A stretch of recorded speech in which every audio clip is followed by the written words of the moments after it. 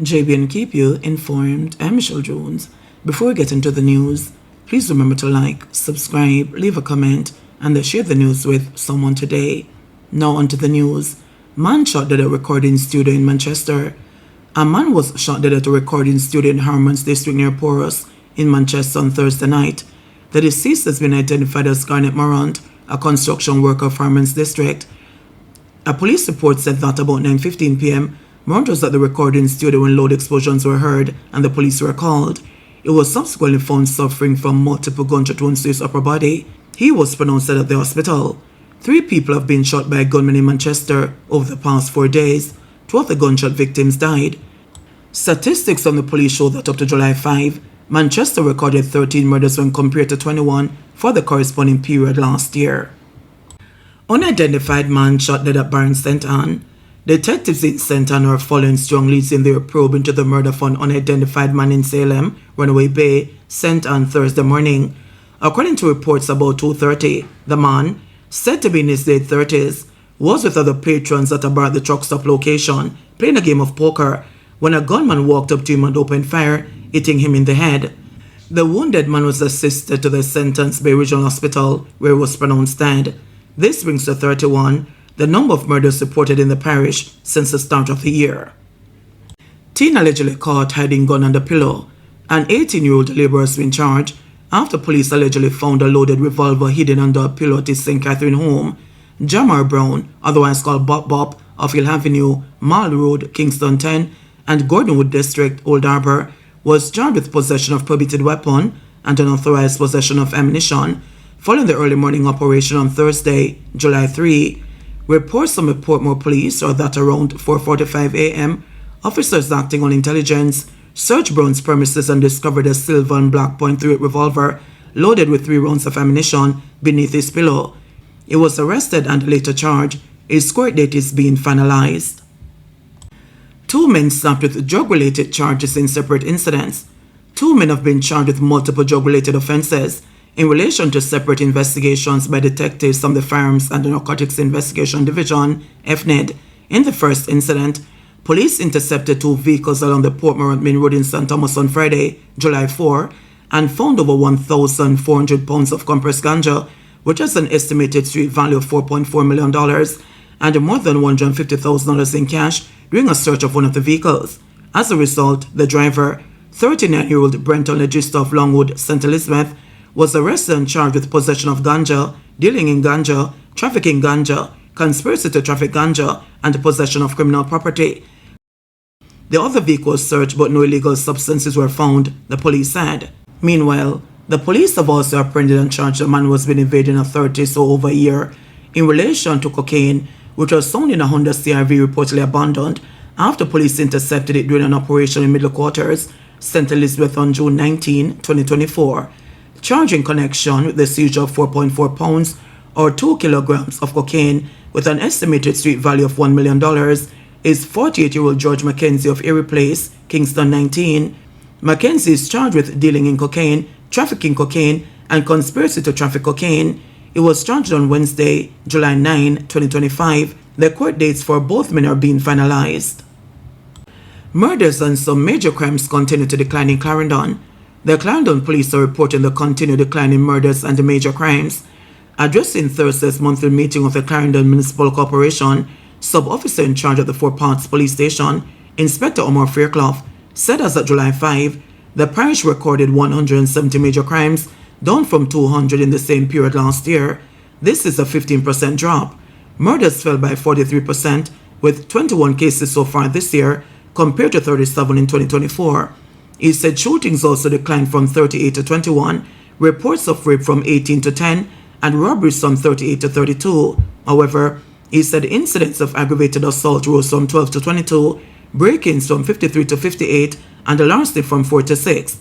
Inspector Fairclough also urged farmers to tank their livestock to help combat predatory larceny. He cited one case in which a suspect was caught with 60 goats. The lawman added that the police have ramped up the strategic road checks through the National Coordinated Roadblock Initiative. Concern raised about rental costs for St. Thomas MC to occupy Morant Bay Urban Centre. Concerns are being raised about the cost of the St. Thomas Municipal Corporation to occupy the Morant Bay Urban Centre. Minority leader in the St. Thomas Municipal Corporation, Hubert Williams, says it will cost the corporation $10.3 million monthly to occupy the building. Williams, who is also a councillor of the White Horses Division, raised the matter during Thursday's monthly meeting. He questioned the exorbitant fee for rental of the space in St. Thomas. He said, in order for the municipal corporation to make that payment, a decision will have to be taken to significantly increase fees. Per month, $129 million plus per year. And there are 7% increase annually. And the building also is priced in US dollar. So every time the Jamaican dollar devalue, it's going to go up. We can't close our mouth about this. It is sad news to the people of St. Thomas. When we are thinking about urban center, we never think of this. I have never stand and said anything before negative about the urban center. Because we are all welcoming, because we think it will be good. Remember, the urban center is in my division. Not just my constituency, but my division. So we were really looking forward to it. But now we will pay $10.3 million a month. You know, we pay like St. Thomas, when maybe the average income is about $20,000 a month. How are we going to afford that? Can we say to our people, we got to increase all our services? You know what $10 million a month can do to improve the lives of the people of St. Thomas? Remember now, we are paying about maybe $250,000 to $260,000 per month for rental now, for space. And what is even more sad, the council have so much land that we can't build one building pan. So I'm just saying, that don't make no sense to me. And I don't think the people have sent a weaver approach to do that. The people have sent them as about to hang the whole of it. Because that we don't forget. Maitland's deliveryman says he was the last to know what was going on.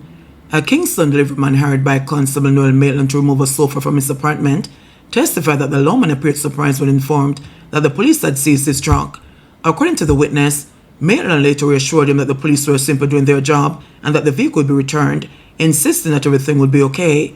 The deliveryman, who claimed he was the last one to know what was going on and was a fool to this thing, also told the court that he had recorded 2 phone calls with Maitland and later shared them with investigators at the Criminal Investigation Branch headquarters because some things wasn't matching up. In earlier testimony, the witness said Maitland came to where he worked and requested the transportation of a one-piece floral burgundy settee from Maitland's New Kingston apartment to Halfway Tree. The job was priced at $5,000. He said he took the job along with a now deceased co-worker Carlos and completed the delivery. The sofa was taken to a car wash. However, less than a week later, the witness said Maitland contacted him, asking if he was going to pick up the sofa from the upholsterer. I said, "Which upholstery?" the witness recalled, noting that it was reportedly pressed by Maitland before the conversation ended abruptly. The court also heard that Maitland first called the deliveryman while the latter was in bed at home about 7 a.m. The witness said he didn't initially recognize the caller's voice and the person hung up. A second call was missed, but he answered the third. Approximately an hour later, Maitland reportedly called again. Him say, "If me not coming to pick up the thing." So me say, "Oh, if you pick up anything when he take away my truck," the witness told the court. He added that Maitland responded, "What him take away your truck for?" Me say, "Me don't know. That's why I was asking the question myself." The witness testified that Maitland then indicated he would call someone to find out the reason. According to the deliveryman, by that time the police had raided his mother's home, where he resided, and seized his truck. He was informed during a visit to the station with his sister that the vehicle was being held as part of an investigation. "When you take away my truck, me don't know nothing about nothing," he told the court. He also testified that shortly after completing the delivery, he began seeing Maitland on social media and hearing a bag of things. Maitland later called him again, this time, the witness said, with a tone of irritation. "Him called me back in a little attitude, like him a say me not talking to him, like them get to me already and him no business who there beside me," he said. The witness also recalled Maitland mentioning that he had run into Carlos, who informed him that the police had taken the truck. Maitland reportedly said he was simply calling to ask whether the truck had been taken, The witness responded that he had the same question. "Me say me no understand it. Me do work for you. Police can't take away my truck, and all of me ask them say it delicate," he recounted. In the meantime, the witness said the police had returned the truck about 2 weeks later. Maitland is currently on trial for the murder of his girlfriend, 24-year-old Donnelly Donaldson, a popular social media personality, swimwear entrepreneur, and customer service representative. Donaldson was reported missing on July 13, 2022, 2 days after she was last seen at Maitland's New Kingston apartment. Holness urges support for a rural school bus system amid opposition criticism. Prime Minister Dr. Andrew Holness is calling on Jamaicans to support the implementation of the rural school bus system amid criticism from the opposition People's National Party, PNP. Holness, who was speaking Friday at the official launch of the $26 billion Pedro Plains Irrigation Expansion Project in St. Elizabeth, said the rural school bus system, which will commence in September, is a long overdue initiative. We have spent the last 9 years trying to figure out how can we get a proper school bus system for our children.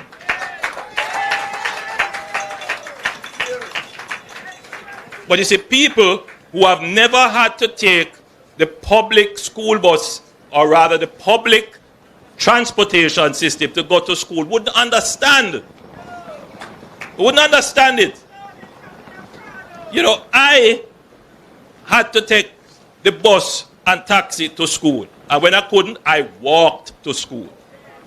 If you see why I'm maintained, you know why I keep my belly flat and because I never had an easy life.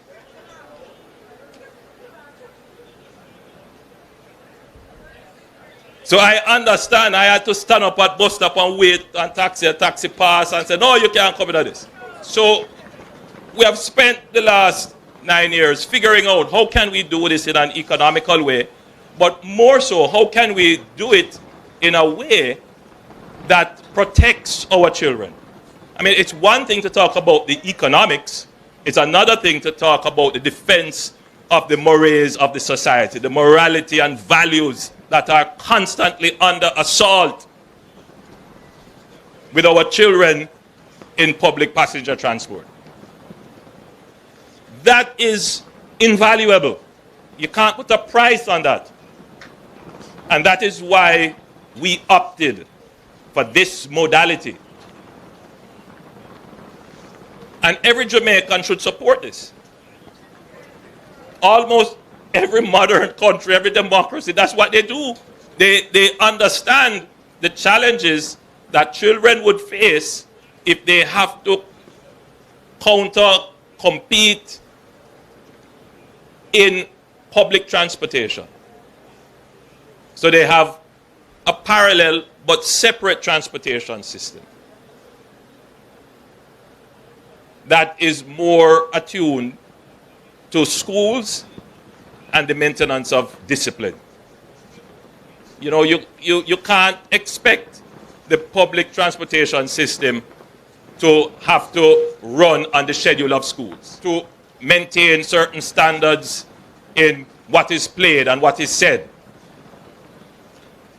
So we have a parallel system that is going to be structured and rolled out in a democratic way. We're not going to force it on anyone. If people say they don't want it, it doesn't make sense, give it to somebody else who wants it.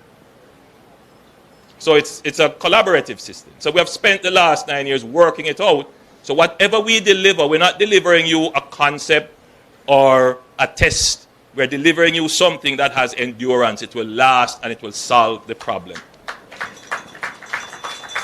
So for many years, people thought, boy, it would never happen. Well, it's happening now. JBNN will keep you informed. Please remember to subscribe, like, share, leave us a comment, and click the notification bell to receive our daily news items.